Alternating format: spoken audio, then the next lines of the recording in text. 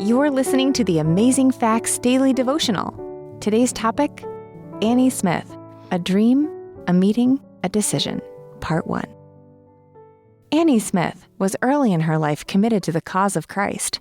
At age 10, in 1838, she joined the Baptist Church. 6 years later, Annie and her mother, Rebecca, cast their lot with the Millerite movement, which expected the return of Jesus in 1844. Following the great disappointment of that year, Annie turned her efforts to the arts, studying for several years and developing skills in poetry and visual arts. This concentration on artistic endeavors and secular success worried her mother. Rebecca Smith shared her worries with Joseph Bates, the former sea captain, who would help found the Seventh-day Adventist Church. Bates told Annie's mother to write a letter urging the young woman to attend meetings the preacher would have at the home of Elizabeth Temple in Boston, where Annie was pursuing her goals. That night before the meeting, both Bates and Annie had the same dream. The meeting had begun. The first hymn had been sung, and only one seat near the door remained. The door opened, and in came a young woman taking that final chair. That dream unfolded in real life. Annie had left to attend the meeting on time, but got lost and only arrived for that last available seat.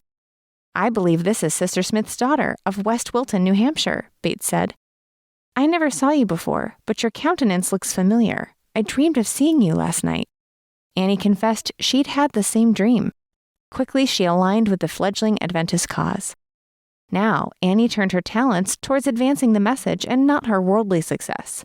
Within a month, her poem, "Fear Not, Little Flock," arrived at the offices of the Advent Review and Sabbath Herald and appeared in print. James White, then the editor, asked Annie, summoned her actually, to Saratoga Springs, New York, to copy edit the paper. At first, the young woman demurred, citing the damage eye strain had caused her vision.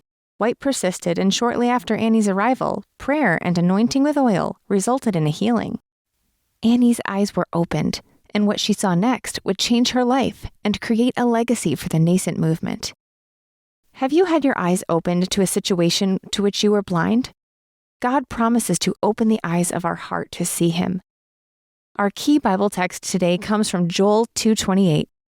"And it shall come to pass afterward that I will pour out my Spirit upon all flesh, and your sons and your daughters shall prophesy. Your old men shall dream dreams. Your young men shall see visions." Joel 2:28. Thank you for listening to the Amazing Facts Daily Devotional.